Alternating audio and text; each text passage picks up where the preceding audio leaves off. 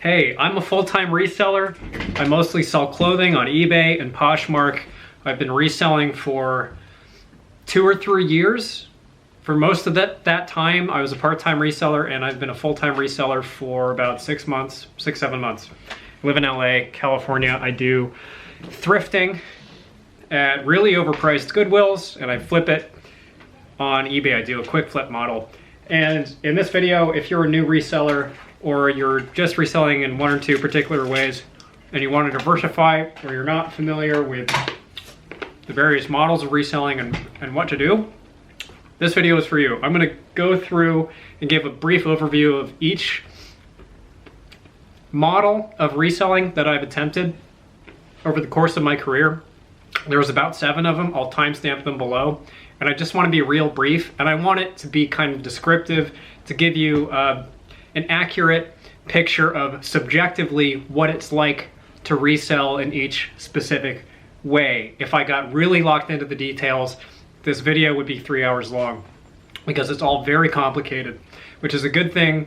A good frame of reference to start this description with is that it's all complicated and it is all extraordinarily difficult to learn and do consistently and make money with. It is all a grind. It is all hard work, and be very, very careful who you trust. Don't be paranoid, but don't pay anybody for information, and don't buy into big promises of easy profit or big profit or become a millionaire by thrifting.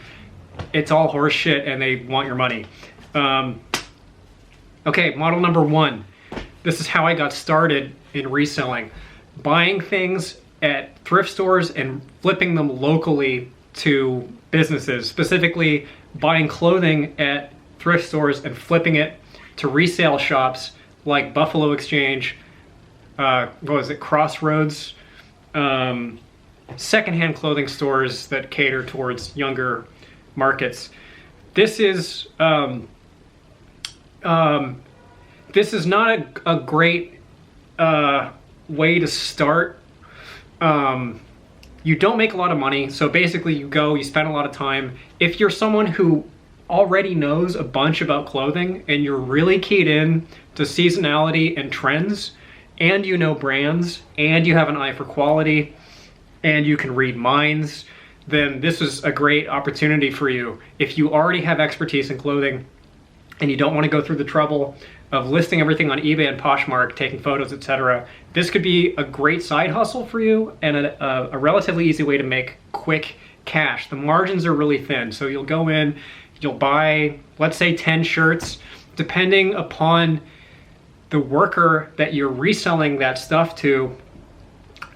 You could flip 2 of the shirts, you could flip 9 of the shirts, you could flip none of the shirts. So it's high risk and low reward. When you do, even if you did sell everything, typically most of these resale shops will give you either store credit or some percentage of cash based on the sale price, what they're going to list the piece of clothing for.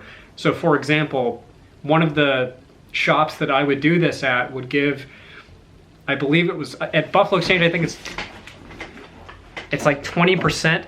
They'll pay you 20% of the sale value, the final, no, 40. It's like, I'm sorry, it's like 35% of the listing price, their price that they put it out at. They will pay you in cash or at some higher percentage if they give you store credit.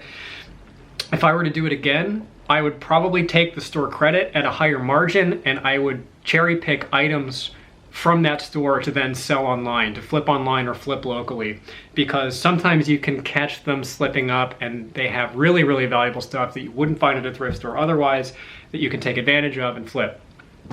So I don't recommend doing this for people who don't have that level of expertise in clothing, which was the shoes that I was wearing at the time, and I just broke even or lost money typically.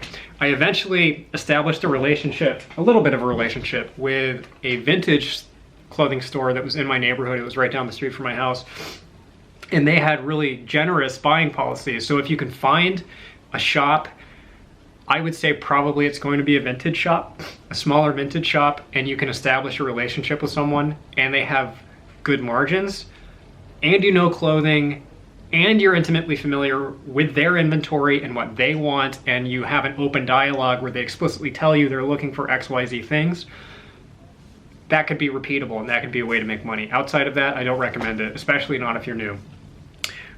What I started doing after that is the second model, which is flipping used books on Amazon.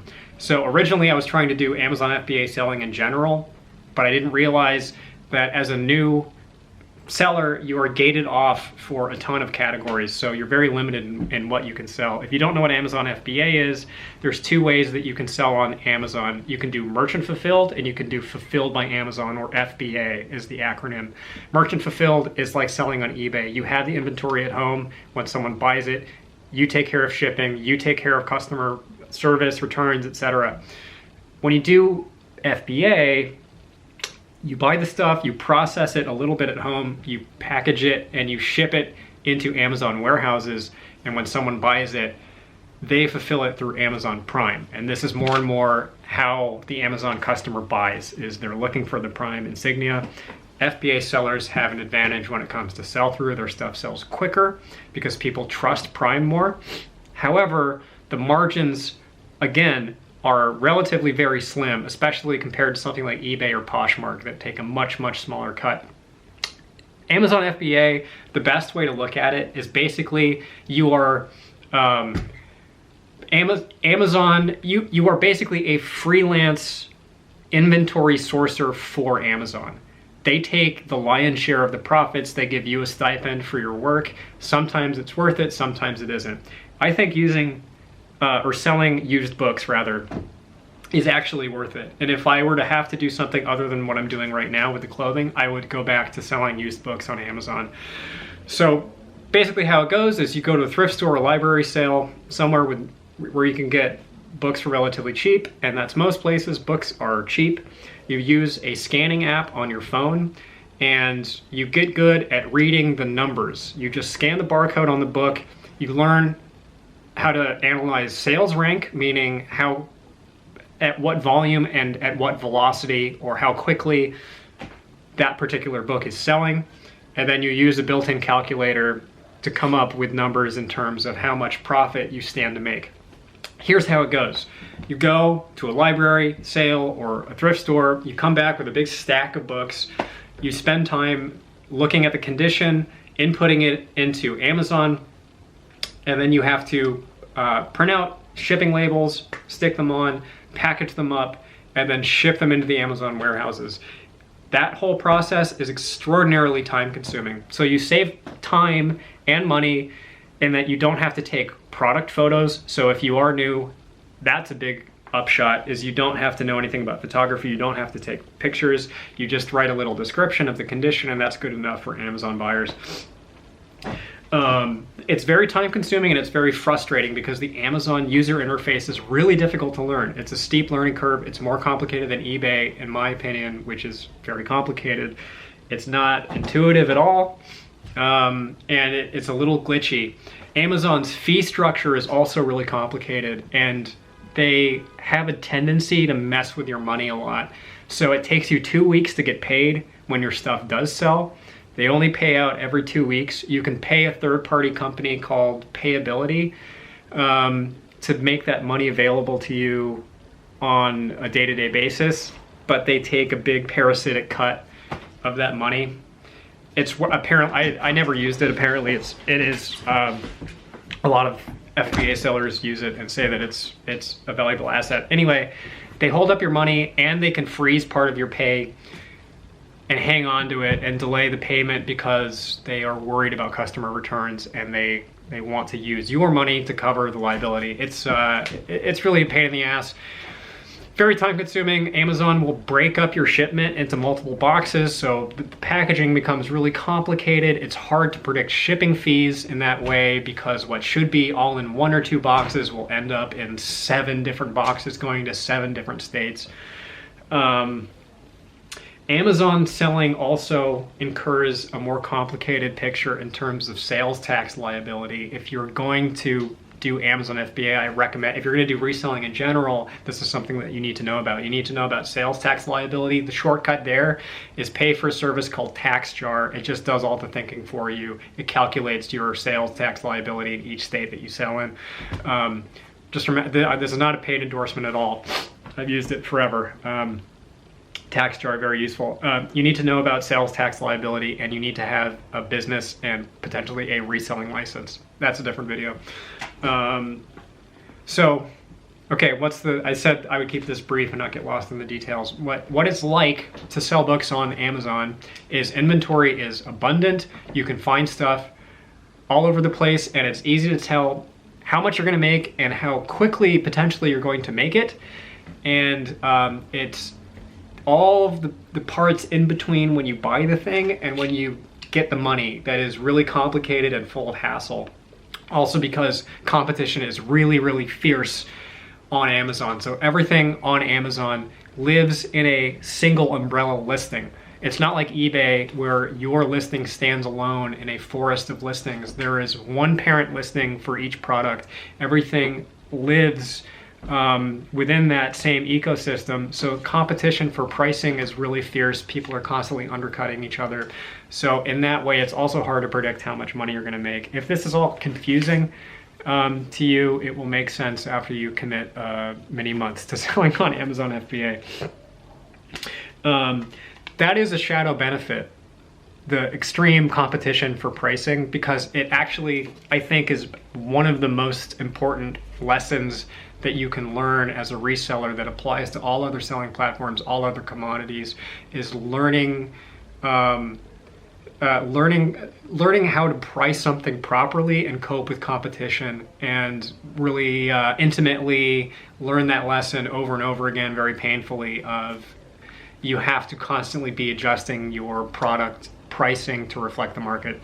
And that's something that Amazon twists your arm into learning. If you do eBay only, eBay and Poshmark are more of a soft science, and you can get away a lot. Most people never really figure that out. So I think that's one of the big benefits. Amazon FBA is also great if you live in a small space, because you don't have to store a bunch of inventory except for temporarily before you send it into Amazon. This is already this is long-winded than I intended it to be. Okay, let's move on.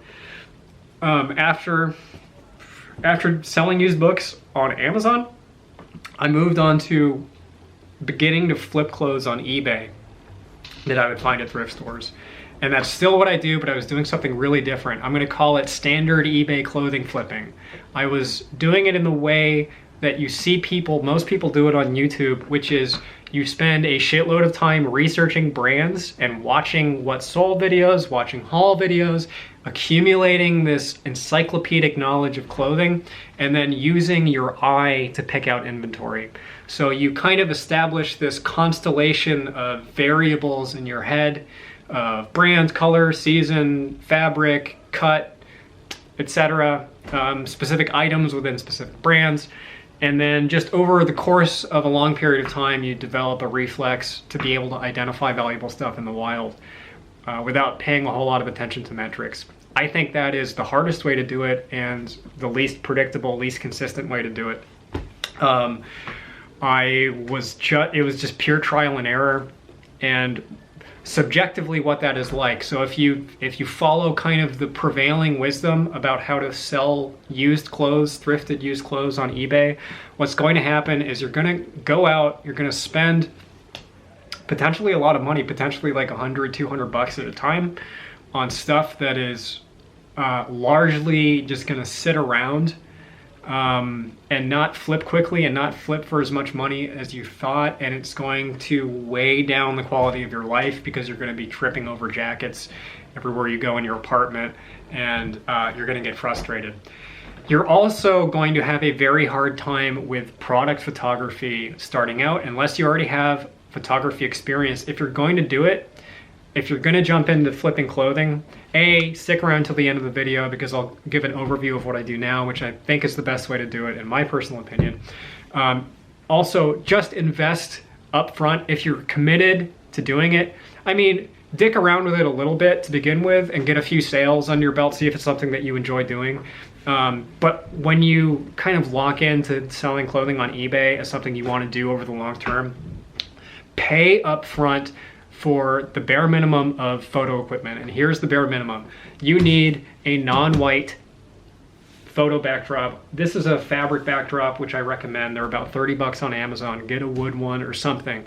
Get a non-white background. I did white backgrounds forever. I just switched to this. It makes life much easier. It's really hard to get good photos with a pure white background, even though it's what eBay wants and what to kind of, even my eye, it does look better when it works, but it's so hard. So it's already hard to get photos to look good with this. It's even harder with a white background for clothing. If you're doing small product photography and you can get the lights right up in its ass, then it's a different story, but the lights are... Anyway, get a background. You need 2 box lights and you need a ring light. And you need a fairly nice camera. This camera is the one that I use for photos. It cost about 500 bucks. It's the Canon G7X. I think it's great. I don't have that much to compare it to. I was using a Nikon D3300 before that. That was also a pain in the ass. Something, you need some kind of a camera. I hear that the newer phones have decent cameras. If you can take a photo in square mode, that really helps. 2 box lights, ring light, backdrop, and hangers, obviously, a nail on the wall. Really key in on photography. That's huge. The 2 most important things for eBay are sourcing properly and taking good photos. Everything else is kind of secondary. So, how it's going to go for you is you're not going to know what you're doing. You're going to take shitty photos. You're going to buy shitty inventory, and some of it's going to sell, a lot of it isn't, and you're going to want to pull your hair out and you're going to quit. That's what happens to most people. I love selling clothing on eBay now, but I think it's potentially something to mature into. I would recommend going with Amazon FBA used books, and I'll explain in subsequent modules of this video why used goods are a better idea than new stuff on Amazon. I would start there. If you're brand new to reselling, I would do Amazon FBA, have eBay in the back of your head as something to mature into. Certainly with clothing, if you're selling something like video games, used goods, tools, if you have access to or knowledge about some kind of really niche thing, like if you know a lot, like I know a lot about fishing equipment. So if I had access to really cheap fishing gear and I already know everything about it, then eBay is a great option. It's kind of a no-brainer because there's so much demand for hard goods of that nature. So that could be easier for you. Blitzing right through this ostensibly short video. Used clothing on eBay. So I did that for probably 2 years as a side hustle, and then I got laid off of my job. I had to do it full time. I'm still riding that train. There was an intervening period of time where I tried to move away from doing what I was doing was used clothing on eBay and used books on Amazon, and I would switch off between the two because I would get bored of one and I would do the other. But I was doing both in synchrony for a long time. I tried to move off of thrifting my inventory because I would get really physically tired, and I got tired of thrifting, and I thought that there would be a way to work smarter, not harder, which is there's some wisdom in that. In this case, it was a trap to think that way, and I ended up wasting time and money on the models that I'm about to describe. So next model that I tried was a form of online arbitrage called coupon arbitrage. Arbitrage is a word that just means you buy in one place and you sell at another place. Online arbitrage, you buy your inventory online, it gets shipped to you. Ideally, you're not doing drop shipping, which you should stay away from. In my opinion, I would not waste my time, at least, on these semi-shady kind of gray hat money-making online models like drop shipping or affiliate link marketing, blogging. that kind of stuff where you're cashing in on people's trust and you're cashing in on people's gullibility. It chaffs my ass and I hate it personally on just kind of spiritual level, I guess. But I think that hard goods, actual physical products are also safer. So I was doing something called coupon arbitrage, which ended up being a waste of time and money. The idea is on Amazon, there's a form of making money online called private labeling. So the idea there is you buy cheap crap from China at scale. So you buy it in bulk off of typically Alibaba, and you get the inventory, you send it back in to Amazon FBA as your own product with your own branding, and you make the margin there. You price it up for Amazon, the convenience of being able to order it through Amazon Prime instead of having to order it in bulk off Alibaba. This is a whole business model. It's called private labeling. One method that private labelers use to boost their sales rank and move product and get reviews is they will post discount coupons. Is there another kind of coupon? They post coupons to sites where people you can get the coupon code and input it into eBay, and you get a really deep discount on that stuff. So coupon arbitrage is you come in and these are one-off coupons. So you buy one of a particular item that's being offered by these private labelers, you get it, you send it back into Amazon FBA in your own store, it lives on that listing, and if it's a high-selling item, you undercut the original seller, and then it flips really quick, you're in and out, you get your money, and you can just buy one-off items over and over and over again. It gets sent to you. It's relatively not labor-intensive compared certainly to thrifting your inventory, and it is too good to be true. So the problem there is if you sell anything new on Amazon, the forces of the universe conspire to make your life as annoying as possible. So you will get hit with fallacious intellectual property claims. They will accuse you of counterfeiting. They will, the private labelers will buy your product, hold it for as long as they can during the return window, and then return it at the very end just to fuck with you and to hold on to your inventory so it doesn't interfere with their sales. And there's all kinds of chicanery that happens this way. People get their accounts suspended. You can easily lose your ability to sell on Amazon, so you are foreclosing your future as a legitimate Amazon seller, because this is shady, and I am a little bit ashamed that I did it. But I was under the influence of a personality that was very convincing that this was a good idea. It's just endless headaches, and I don't recommend it. I recommend selling used stuff on Amazon for that reason, but it's something to be aware of. By the way, those coupon sites are awesome for buying stuff for yourself.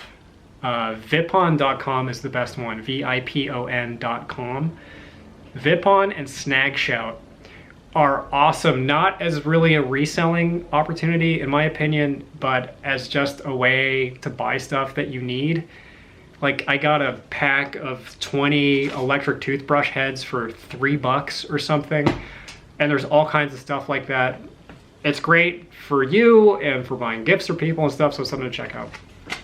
Another really interesting reselling opportunity, allegedly, is what's called rebate arbitrage. So kind of like those coupon sites, private labelers will put their items up for free or virtually free or deeply discounted on sites where you pay full price on Amazon and then you put a code into the site, and after a certain period of time, that site will refund you either the whole sum that you paid or a portion of the sum, so you get stuff really cheap or free. A lot of stuff, if you don't have to pay sales tax on it, which is a lot of it, you can get stuff literally for free as long as you're willing to wait at first 30 days and then a week at a time to get your money back.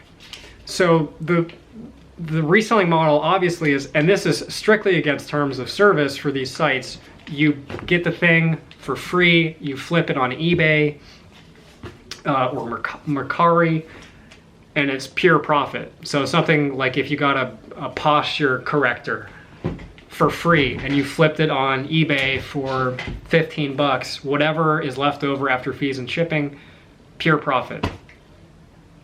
The thing is, it's not scalable. I mean, there's not that much stuff that you can get truly for free, and you really have to sell on eBay or Mercari. It's difficult and risky for the reasons that I said. To flip it on Amazon, back on Amazon, if you do that, you have to wait longer. Basically, it's also shady. It's hard to get a lot of inventory. You can make money at it. I did make money at it, allegedly. No, I didn't. Because you're not supposed to do it, so this is fiction. I wouldn't bother. Again, it's cool for your own life. Check out rebatekey.com. That's the best one and the most reputable. It's very low risk, no risk. I've gotten tons of stuff. I always get the money back. They send you a check in the mail. It's legit. You can get a bunch of stuff for free. I promised you a short video and it was an empty promise. I have betrayed your trust. Okay, I'll speed up through the power of Altoids. Rebate arbitrage. No, I did that already. Shit. Liquidation arbitrage. You buy stuff in bulk, liquidated goods. It's generally new condition or it's damaged in the box. You can flip it as like new. You source everything in one buy. It's at volume. You get a ton of stuff. It's cheap. It's potentially stuff that has really high sell-through. It's stuff that you can sell back on Amazon. However, it's hard. The margins are not as big as you think they are. It's still making a marginal ROI on these items.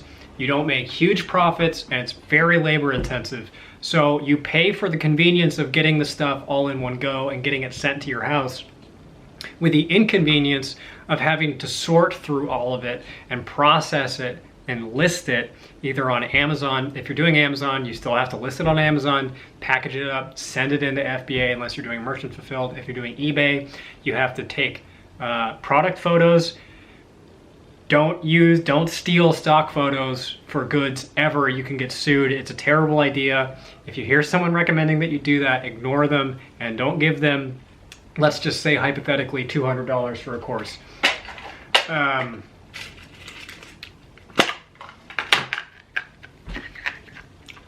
So it is very labor intensive. You spend hours and hours and hours working on a single, liquidation box or pallet, and then you make like 400 bucks for 15, 20 hours of work. I tend to not run that calculus anyway. I don't calculate an hourly wage because it would be depressing if I knew what it was. And I think it's not a useful metric in my life as a foolish man.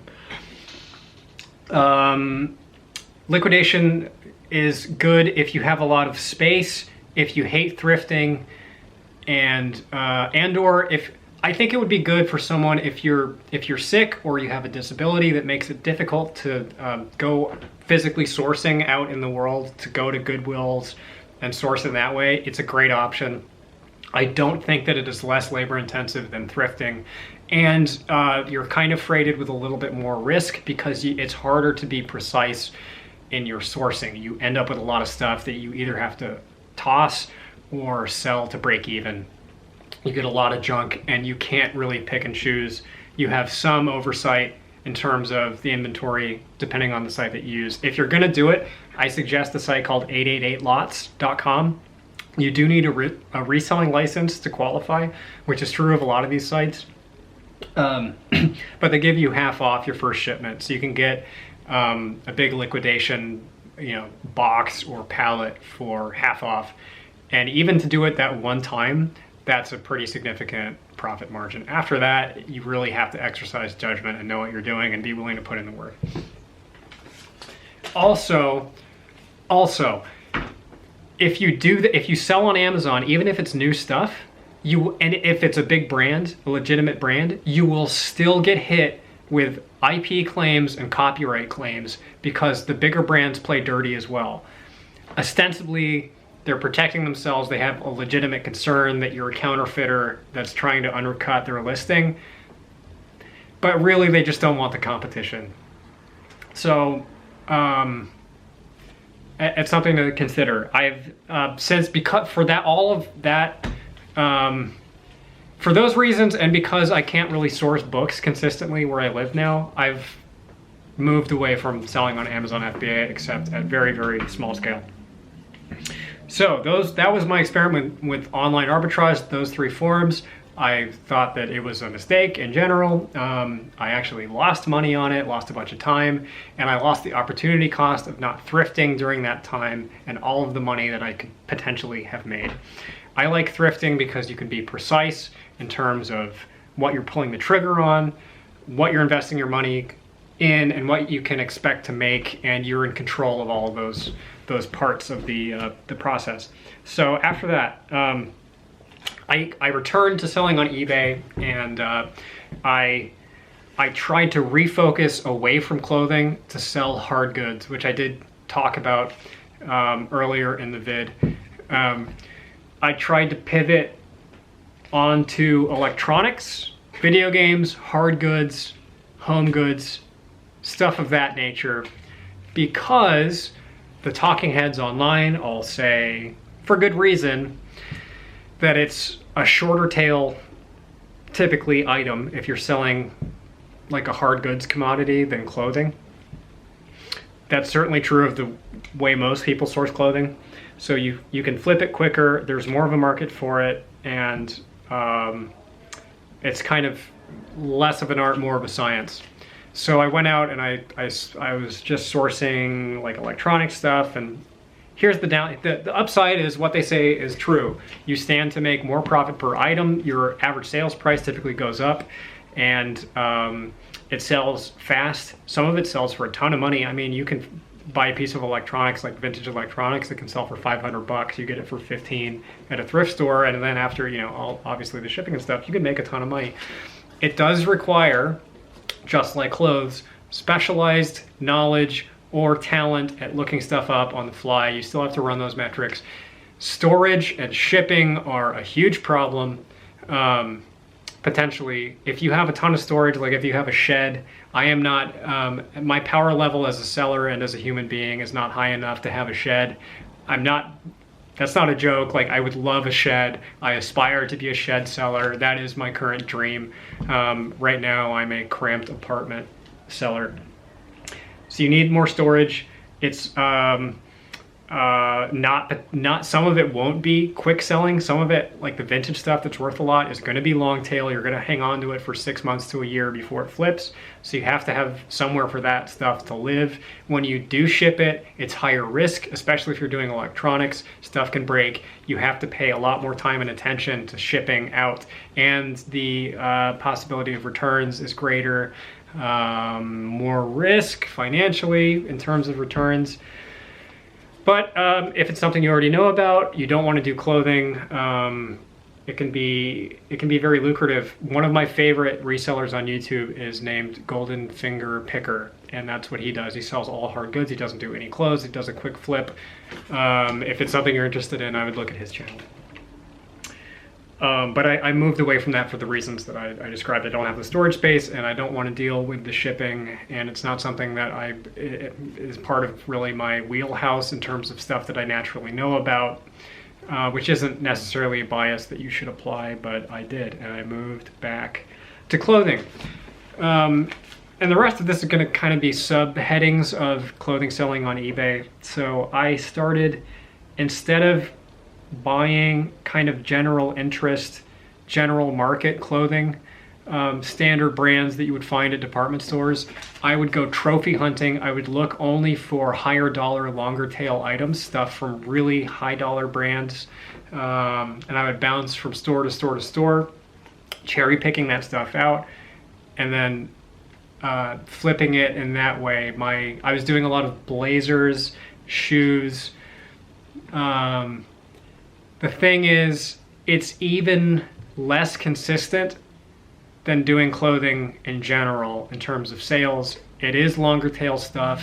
It's harder to predict what your income is going to be. It's a lot harder to find the stuff. You can go whole days without finding something that's worth more than 50 bucks if you're looking for clothing.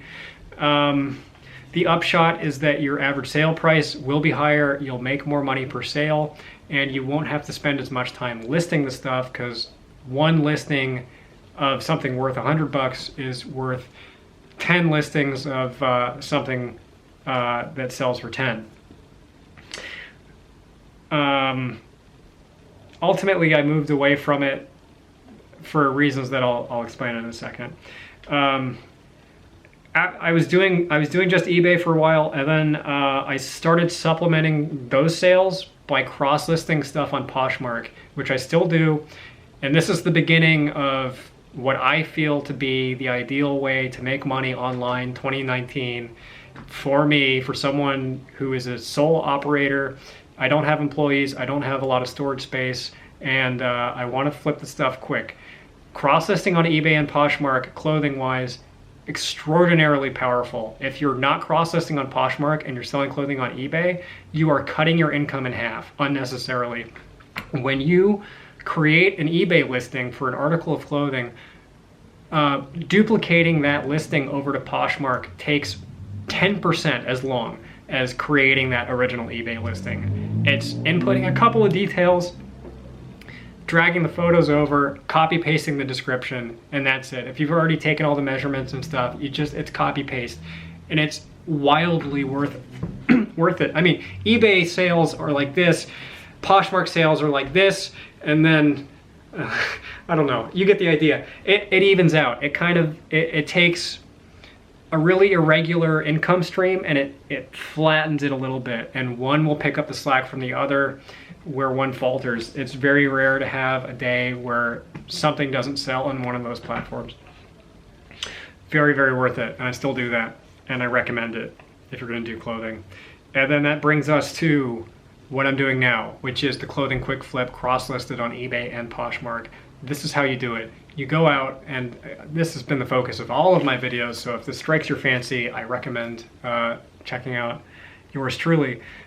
I only buy clothing items that have an equivalent number of sold to actives. So on eBay, on the eBay app, and you can't do this on Poshmark, you can do it on eBay.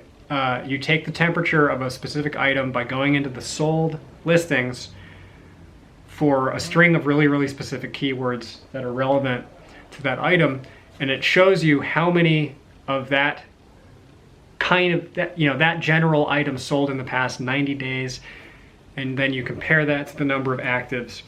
So that sold number, if you divide it by 3, is how many of that item sell per month.